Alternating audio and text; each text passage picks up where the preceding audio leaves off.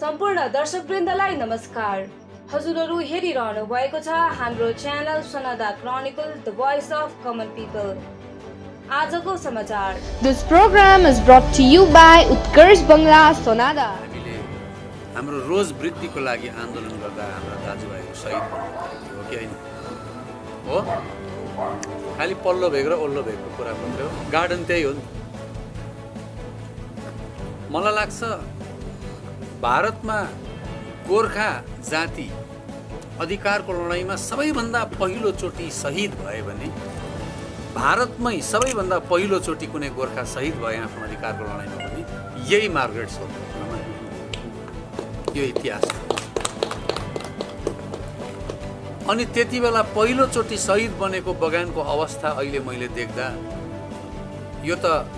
यो गार्डन त त्यो इतिहासले गर्दा फेमस भएको हुनुपर्ने, सबैजना आएको हुनुपर्ने, यो गार्डन त सप्रिएको हुनुपर्ने, बाटोघाटो राम्रो भएको हुनुपर्ने। तर अहिले बाटोघाटोको अवस्था देख्दाखेरि मन दुखेर आयो। मन दुख्छ हाम्रो पनि।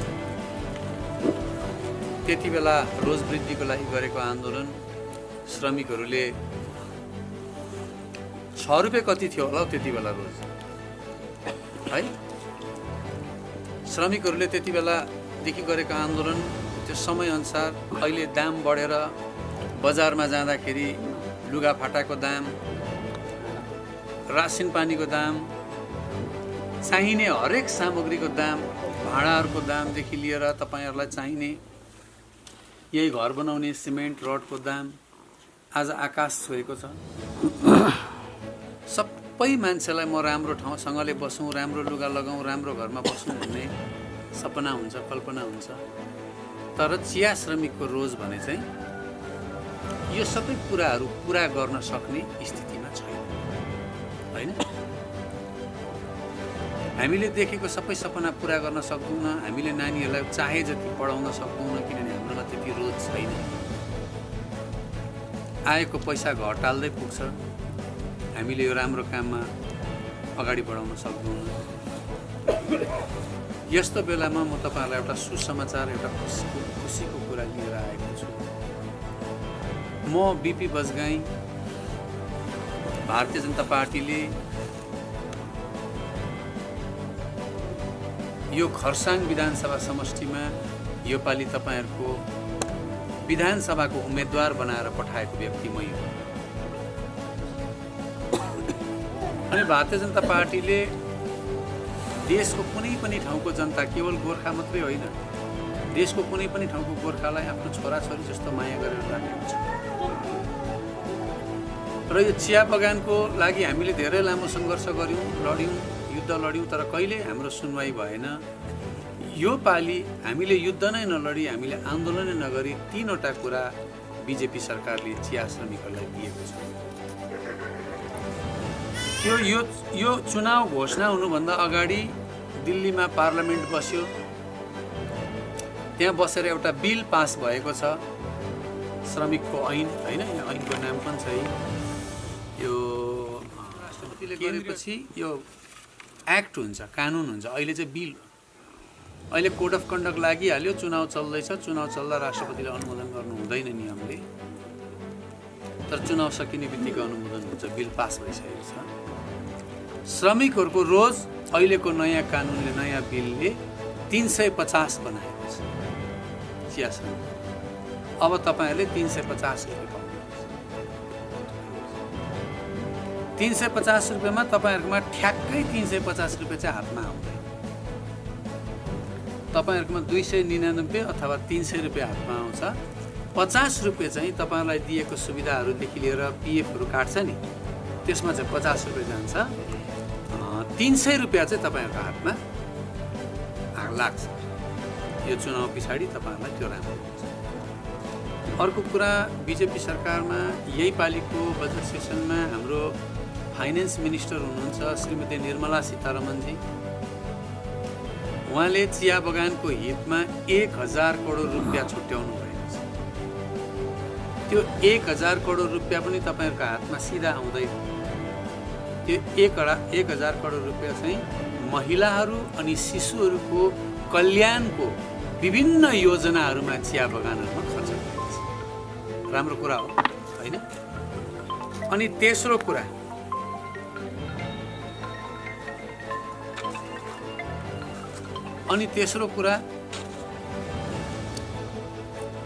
पहिला सरकारले चिया बगानहरूमा अस्पताल सुविधाहरू दिनु चाहन्थ्यो, अन्य सुविधाहरू दिनु चाहन्थ्यो, तर सरकारले चाहेर पनि चिया बगानमा सुविधा दिनु सक्दैनथ्यो। किन सक्दैनथ्यो भने भारत त स्वाधीन भयो, यत्रो वर्ष बित्यो, तर चिया बगानमा चाहिँ जुन कानुन थियो त्यो कानुन चाहिँ ब्रिटिसहरू हुँदादेखिको कानुन थियो। त्यो ब्रिटिस कालको कानुन भएकोले गर्दा यो देशको कानुन त्यहाँ लागू नभएर ब्रिटिस कालको कानुन लागू भएकोले भारतले धेरै सहुलियतहरू चिया बगानमा दिनु सक्दैन थियो। यो भर्खरै बितेको बजेट सेसनमा जुन श्रम कानुन बनियो, यो कानुनले चिया बगानको ब्रिटिसकालीन कानुनलाई उडाइदियो। अब छैन त्यो कानुन, अब भारत सरकारको श्रम कानुन छ। त्यसले गर्दा अब सरकारले सोझै यहाँ स्वास्थ्य सम्बन्धी सुविधाहरूदेखि लिएर अन्य सबै प्रकारको सुविधाहरू दिन पनि सक्छ। यो तीनवटा कुरा चाहिँ चिया बगानलाई, चिया श्रमिकलाई मोदी सरकारले दिएको उपहार हो। यो चुनाव पछाडि सुरु हुन्छ। अर्को म तपाईँलाई एक दुईवटा कुरा भन्छु। यो चिया बगानको कुरा सकेँ मैले। अहिले चुनावको मुख छ। चुनावको मुखमा कि त भोट माग्ने नेता गाउँ आइपुग्छन्, कि भोट माग्ने नेताको तलकोहरू अनि अलिक गाउँको नेताहरू पनि सम्झाउँदै आइपुग्छन् होइन? उनीहरूले तपाईँलाई एउटा कुरा सम्झाउन सक्छन्, भारतीय जनता पार्टी बिजेपीलाई भोट नदिनु, बिजेपीलाई भोट दियो भनेदेखि चाहिँ एनआरसी लाउँछ, एनआरसी लायो भनेदेखि चाहिँ तपाईँहरूलाई मेचीको बगर पुर्याउँछ भन्दै होला नि है? यो सरासर गलत कुरा हो। एनआरसीले हामीलाई खाँटी भारतीय बनाउँछ। आसाममा पनि एनआरसी लागू भयो, यहाँ साथीहरूले हल्ला गरे 1 लाख एनआरसी छुट्यो, एनआरसीमा 1 लाख गोर्खाहरू छुटे भनेर हल्ला गरे होइन? लाइभ भिडियो चल्दैछ यहाँ अगाडि, म ढाँटिराखेको छुइनँ, सुन्नुहोस्। यदि आसाममा 1 लाख गोर्खाहरू चाहिँ एनआरसीमा छुटेको छन् भने लु म भोटै माग्दिनँ, राजनीति छोडिदिन्छु।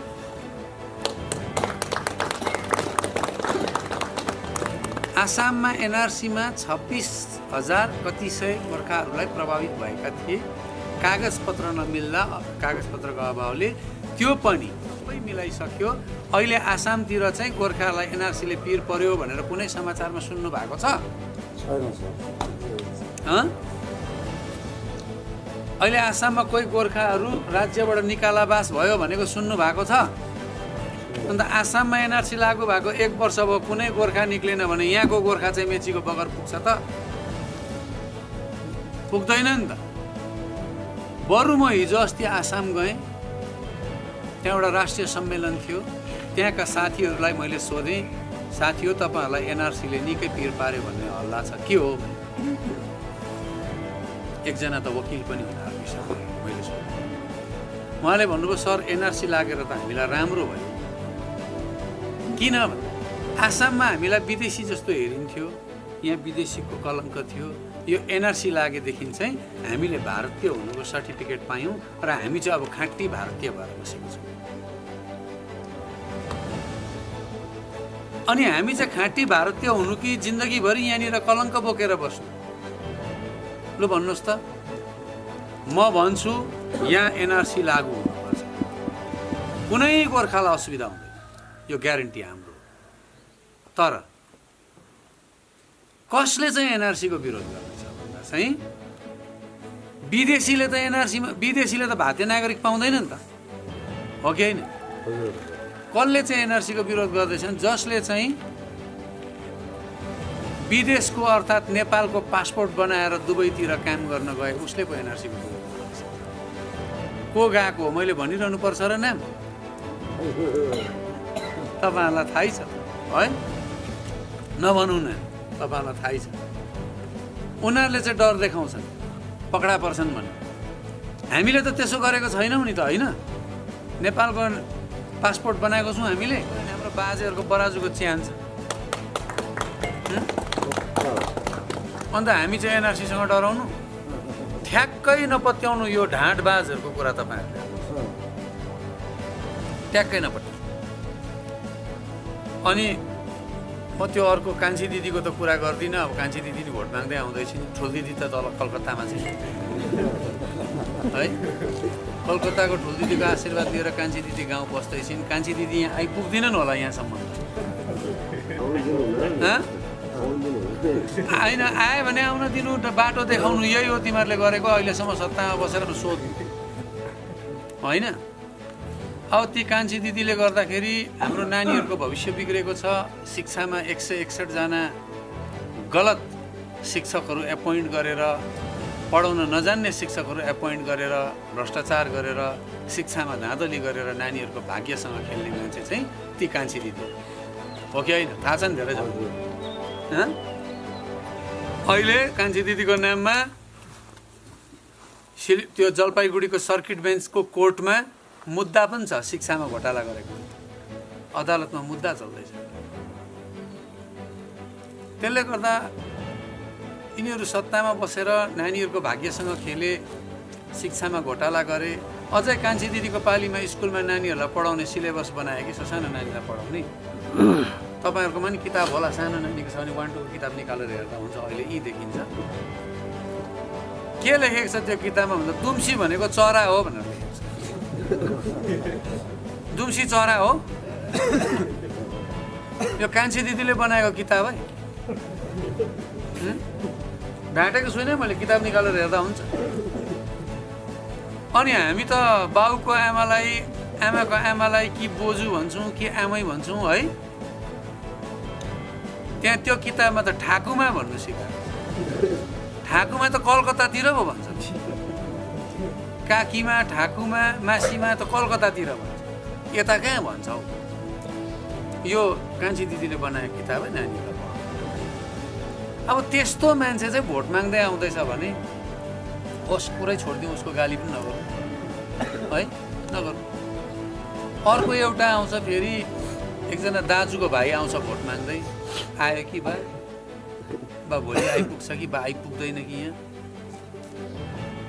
हाम्रो सबैले दाजु मानेको मान्छेले फेसबुकतिर हेर्छु म के लेख्छ भने योद्धा बाँचे मुद्दा बाँच्छ भनेर लेखेको छ। त्यो भाइको फोटो, त्यो भाइ योद्धा हो। 19 को चुनावमा विमल गुरुङको जहाज डुब्नु आँट्दा त्यो भाइ कहाँ थियो? योद्धा चाहिँ कोही योद्धा नहुँदा यो मान्छे आएको होइन पहाडमा, थाहा छ होइन तपाईँहरूलाई?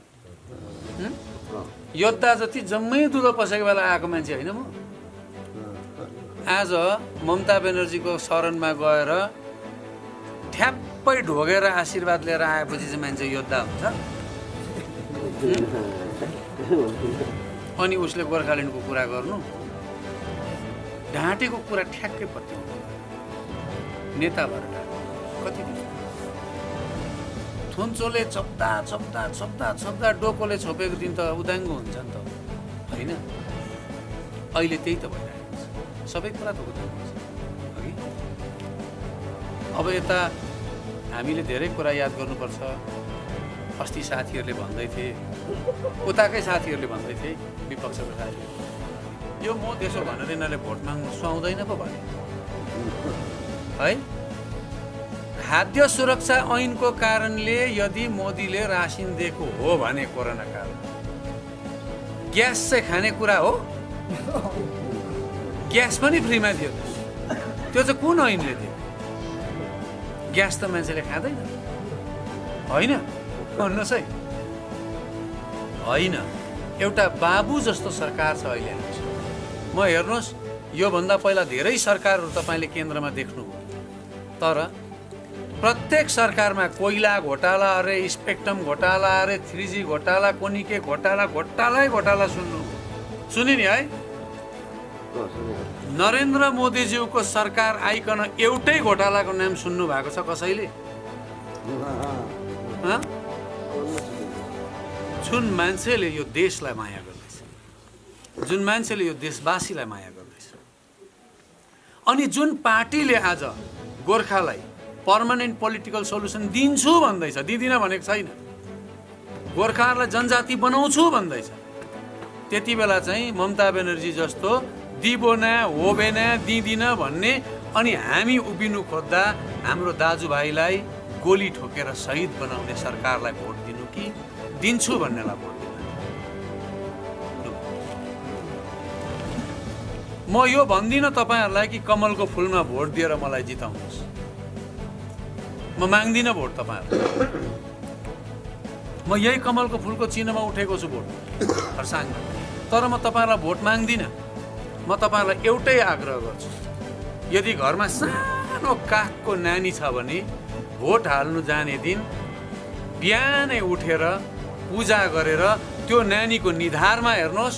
त्यो नानीको निधारमा श्री लेख्ने कि इतिश्री लेख्ने त्यो तपाईँहरूको हातमा छ। यो आउनु छ। झुटको राजनीति धेरै, हामीले त्यो नानीको भविष्यलाई सोचेर म माग्दिनँ। म एउटा लेखक मान्छे हो, म एउटा कवि हो, म सङ्गीत मन पराउने मान्छे हो, म एकान्त मन पराउने मान्छे। यो भिडभाड, यो हल्ला, राजनीतिको लुच्छाचुड, कोराकोर, ढाँट छल मलाई मन पर्दैन। म जस्तो मान्छे राजनीतिमा आउनु हुन्थेन, मलाई मन पर्दैन। तर किन आयो? यो समाज लथालिङ्गै देख्दा, भत्किएको देख्दा, चोइटिएको देख्दा कसै न कसैले त थाल्नु, कसै न कसैले त बिरालोको घाँटीमा घन्टी झुन्डाउनु पर्यो नि त होइन? कसै न कसैले त सुरु गर्नु पर्यो नि राम्रो केही गरौँ भनेर। अहिले पनि म राजनीतिमा पार्टी गर्दै हिँड्दा, साथीहरूसँग हिँड्दा, यो टोलीमा हिँड्दा, यो टोलीभित्र इमान्दार मान्छेहरू खोज्दै हिँड्दैछु। किन राजनीतिमा सबै इमान्दार हुँदैन?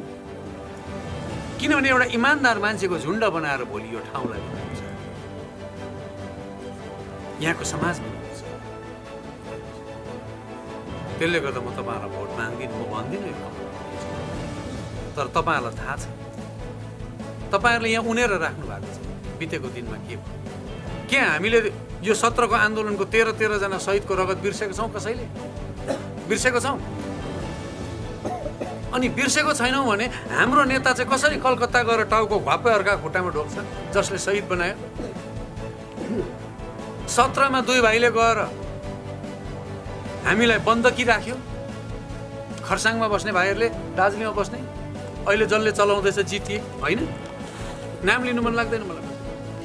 17मा दुई भाइले गएर हामीलाई बन्दकी राख्यो। 2020मा हिजो अस्ति दिल्लीदेखि कलकत्ता आएर बन्दकी राखेको हामीलाई छुरी हानेर मारिदियो हाम्रो अस्तित्व हो कि न? लु भन्नुहोस् त।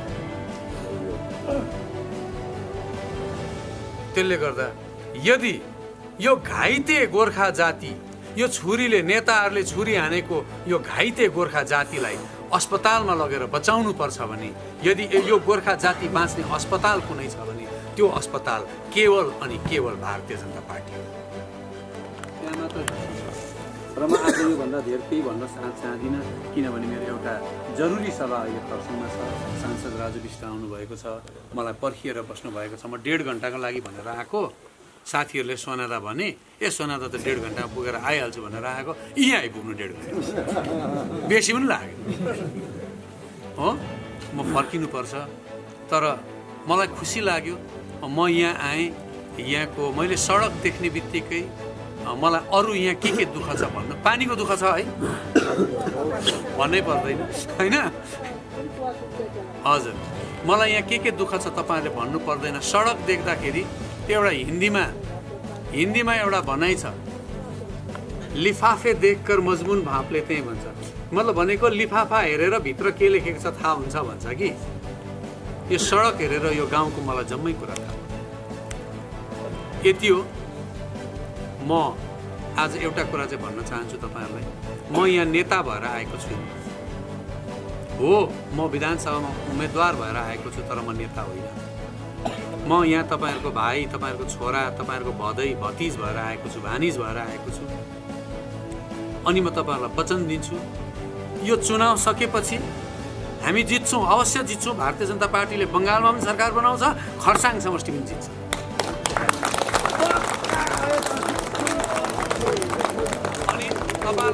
दिन्छु। जितिसकेपछि म विधायक भएर नेता भएर खदा लाउन आउँदिनँ। जितिसकेपछि म तपाईँहरूको भाइ छोरा भदै भानिज भएर यो गाउँमा फेरि यो गाउँको दुःखको बारेमा कुरा गर्न आइपुग्छु, त्यसलाई विचार गर्न आइपुग्छु। यति भन्दा तपाईँ आउनुपर्छ त्यहाँबाट हामी जिताउँछौँ नि।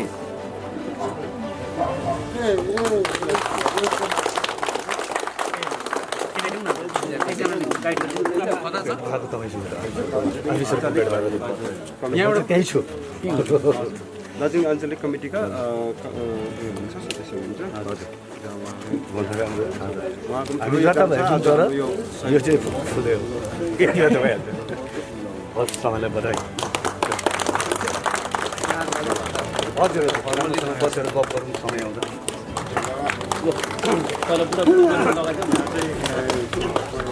अलिकति हतार धन्यवाद। अनि मैले पो तपाईँहरूलाई लाउनु पर्ने थियो त मलाई भन्दा पनि तपाईँलाई लाउनु पर्ने थियो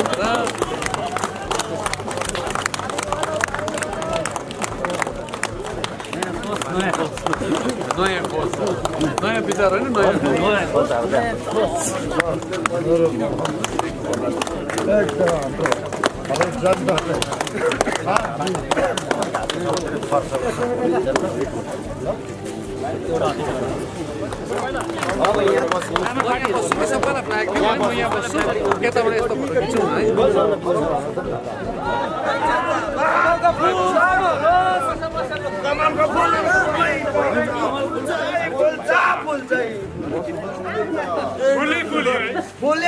फुल्यो